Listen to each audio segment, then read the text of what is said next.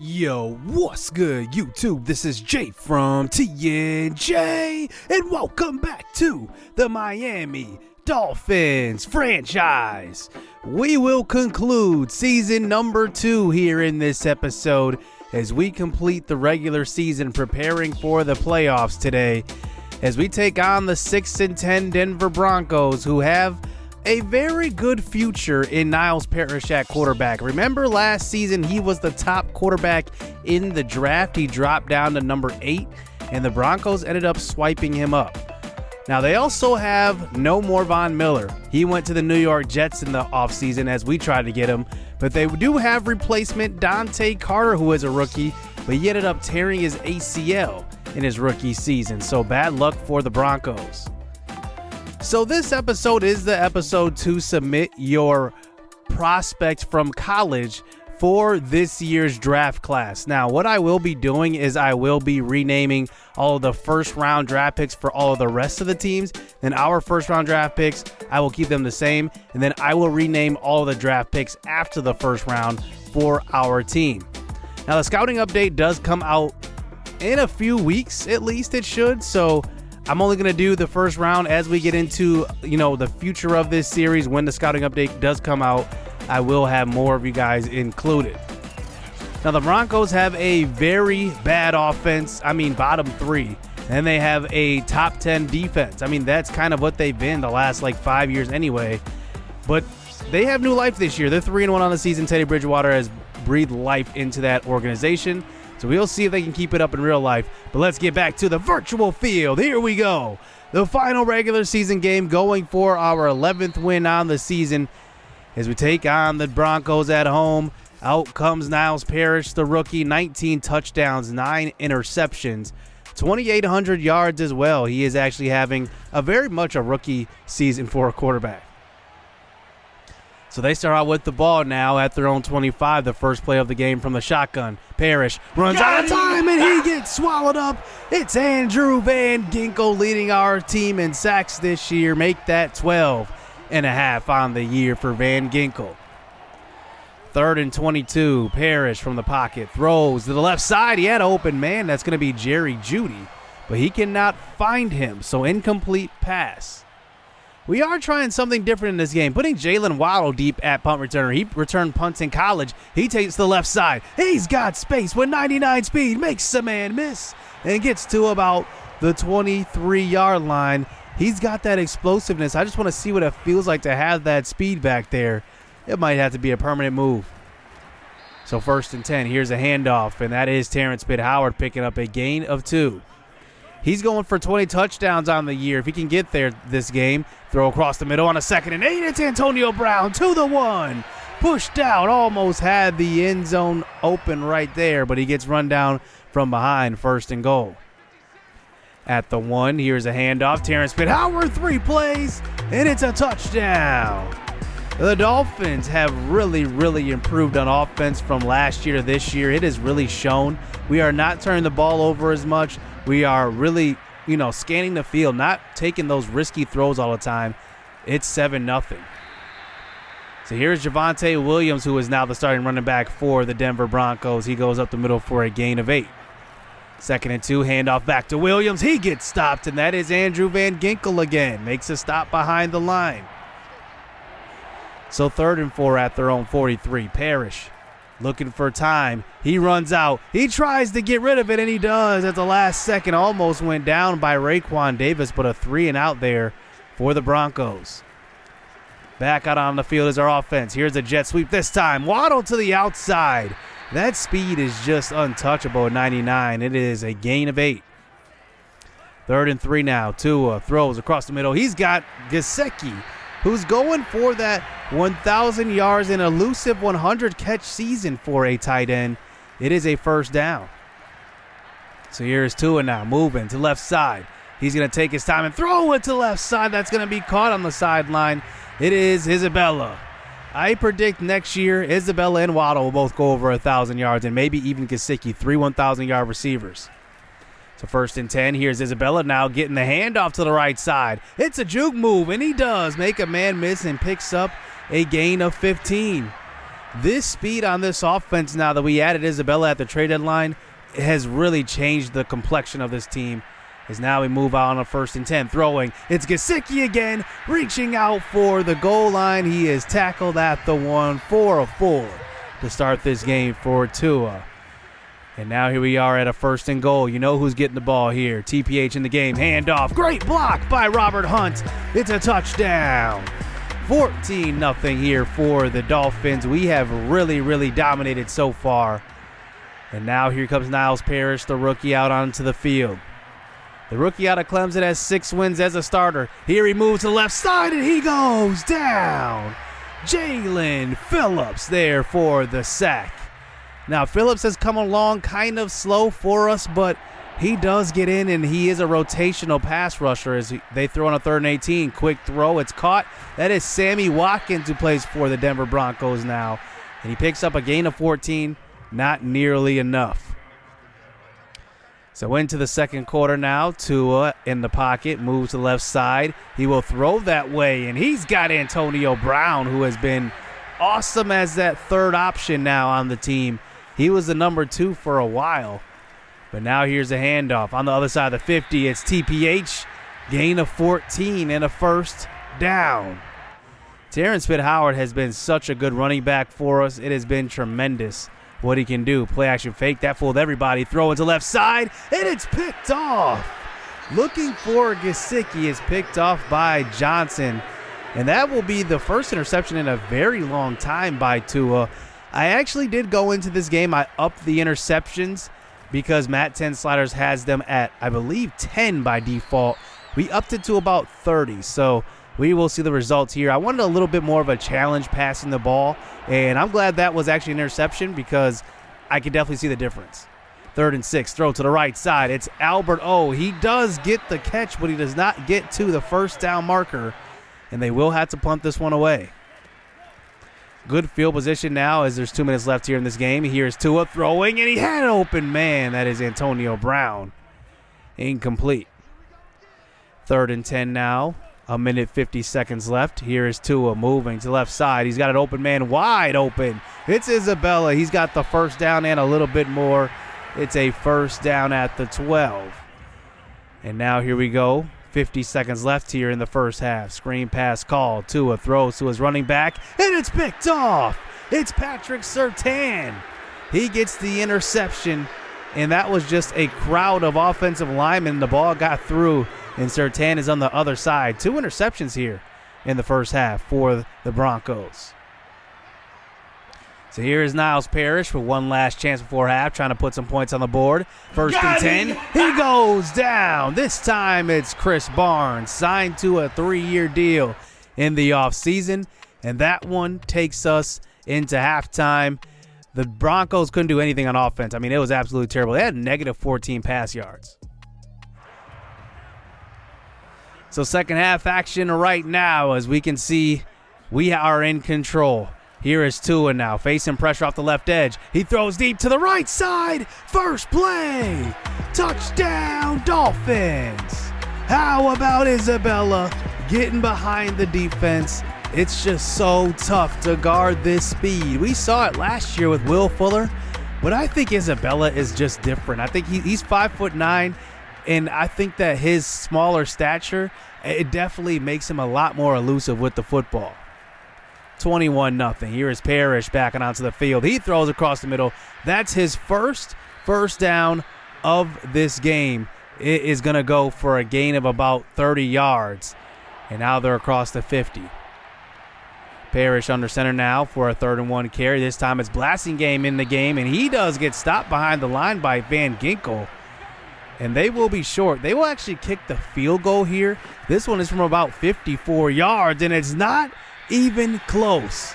Not sure why they didn't go for it there. It's a 6-10 season, down by 21 points. Why not? Here we are back on offense, and this is Baron Browning getting to the quarterback, and that will be a loss of 10 yards on that sack. 3rd and 13. Tua just flips it deep. He's got Waddle one-on-one, and it's going to be caught. Touchdown. How about that throw by Tua He throws off his back foot. Waddle is just one-on-one speed right there. And it's just an absolutely perfect throw. Waddle even one-hands the catch. And it is now 28-0 here in the third quarter.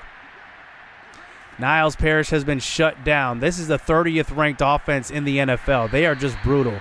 They need a complete teardown of this offense, building around Niles Parrish. They need better receiving core. And here's a throw, screen pass to left side, and that is incomplete.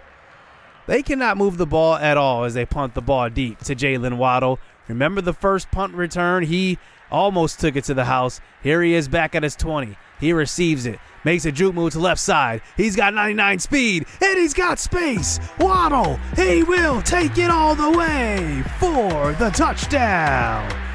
35-0 here to end this season. And Waddle showing why he is one of the best receivers in the NFL. He's going to lead the league in receiving for the second straight season. And now it is a shutout. We are pitching 35-0. Niles Parrish not doing anything. Missing receivers like on that play. He had a wide open slant. He just did not hit him. It's Melvin Ingram there for the sack. How about Ingram?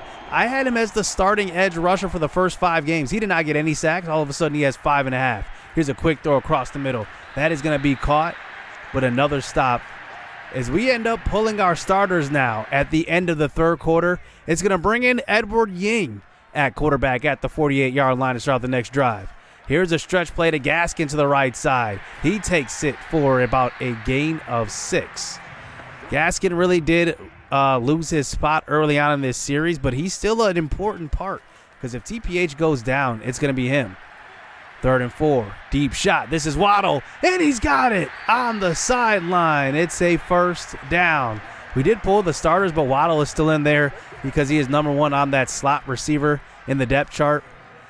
So now here we are at the 4. What a throw by Edward Ying.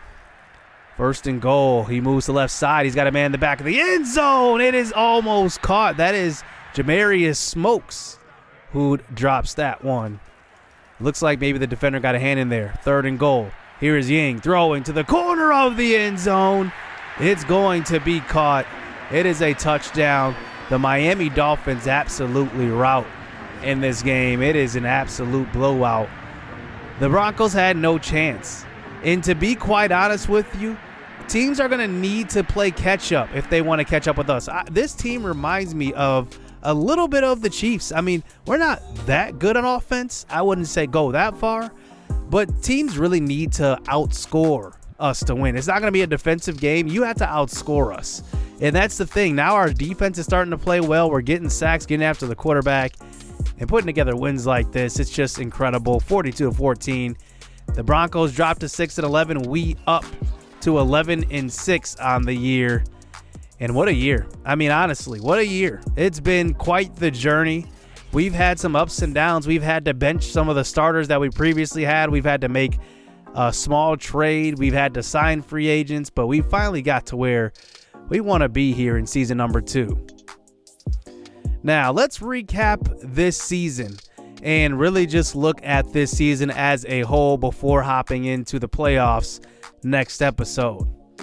Tua has been tremendous, and I mean absolutely tremendous. 32 touchdowns, 15 interceptions. He has been unstoppable. He is now right in the middle as far as overall wise, as far as quarterbacks go.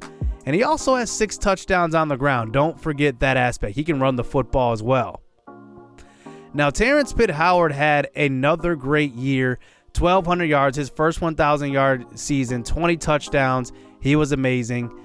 But receiving-wise, we did excellent. Waddle had 1,400 yards, 14 touchdowns. 1443 will net him at the top of the league as far as yards, so he does that for the second straight year.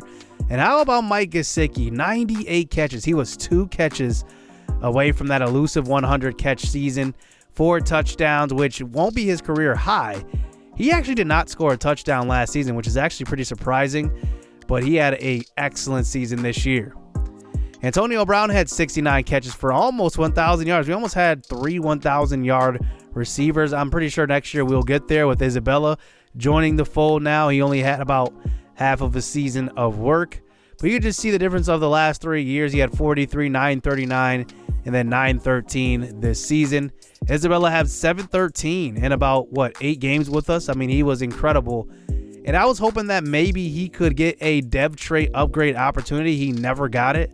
But he ended up having 713, 7 touchdowns, 43 receptions. He was amazing. He was opposite of Jalen Waddle, and it actually paid off quite well.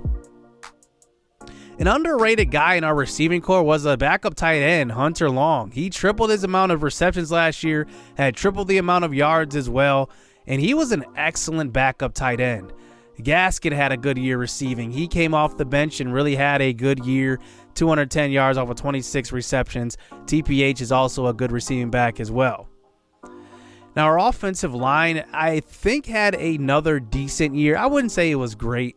Liam Eichenberg ended up losing his spot at left guard because it was about, 4 games into the season.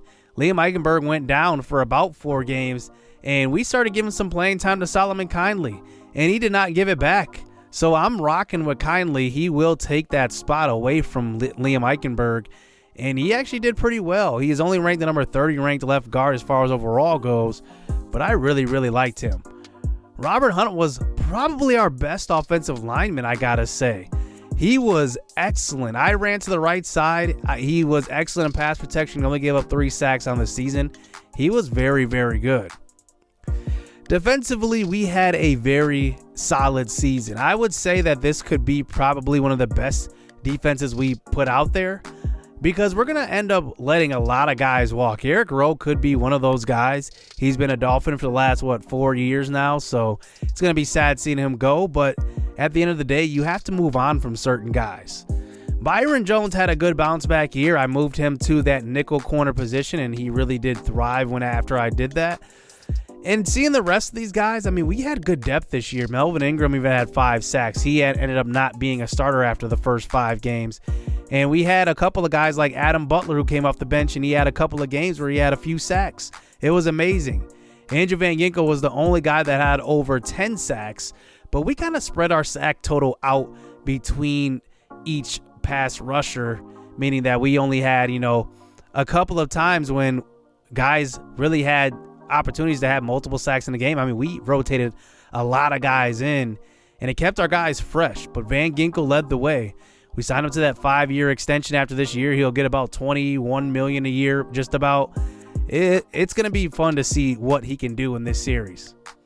Raekwon Davis had that superstar trait last season, and he had another solid year, 6 sacks. Darius Howard, our first-round draft pick, had 5 sacks, and he was actually very, very good as well. And I'm looking forward to seeing what these 2 guys will do as the anchors of our defense up the middle. Melvin Ingram, we signed him to a 1-year deal going into the playoffs. He's going to be huge. Jalen Phillips and Ingram will probably rotate. They're 2 very different pass rushers. I think that Jalen Phillips is the athletic one. Melvin Ingram is more the powerful one. He will use his veteran prowess, I should say, to get after the quarterback and his veteran moves. But defensively in the secondary, we had a solid season, I would say, but we did give up some big plays. Not too many, though. Byron Jones definitely thrived. We moved him to that nickel corner position. I think he played a little bit of safety when he was with the Dallas Cowboys, and it's honestly an option going into next year. I thought I was going to end up trading him, but putting him in the slot definitely helped him out and really revitalized his career here with the Dolphins, and I'm happy about it. I can't lie. Now, looking at the NFL after season number 2, Patrick Mahomes led in touchdowns, Tua actually led in yards, and then Jalen Hurts led in interceptions with 17 on the year. Derrick Henry ran for 1,600 yards. Zeke was right behind him along with McCaffrey. And then rushing touchdown total-wise, how about TPH? He had 20 on the season. That's actually tied for the lead with C-Mac. So I'm pretty sure that he will get that dev trait upgrade since he did finish in the top 3 as far as touchdowns go. So I'm happy about that going into next year. Now, Jalen Waddle took home the crown once again with yards, but how about Gesicki? He finished 4th in the league in receiving. So I'm pretty sure that he will get a dev trait upgrade.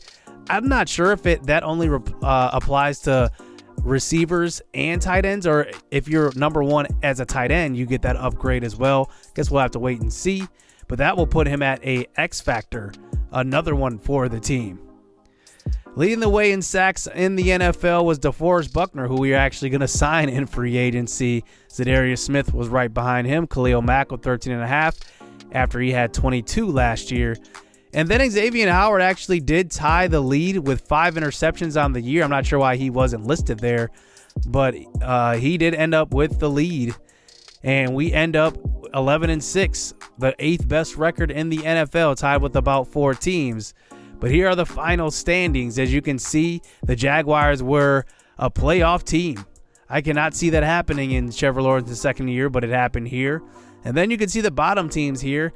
A couple of surprising teams like the Browns 5-12, the Bills 4-13, the 49ers 4-13, and the Jets will have the number 1 overall pick at 4-13. They were absolutely terrible. So now we head into the playoffs. Here in season number 2, we will face the LA Chargers. So this will be interesting. I'm excited to get this underway. And the Chiefs await in the divisional round. There's only one team that gets a bye per conference now. And there's one more wild card team. So wild card weekend will be crazy. I think in real life they're actually playing a Monday night wild card game. So that will be interesting. Hit subscribe, hit that like button. We will start the playoffs next episode. So stay tuned. Let's get it. Let's go.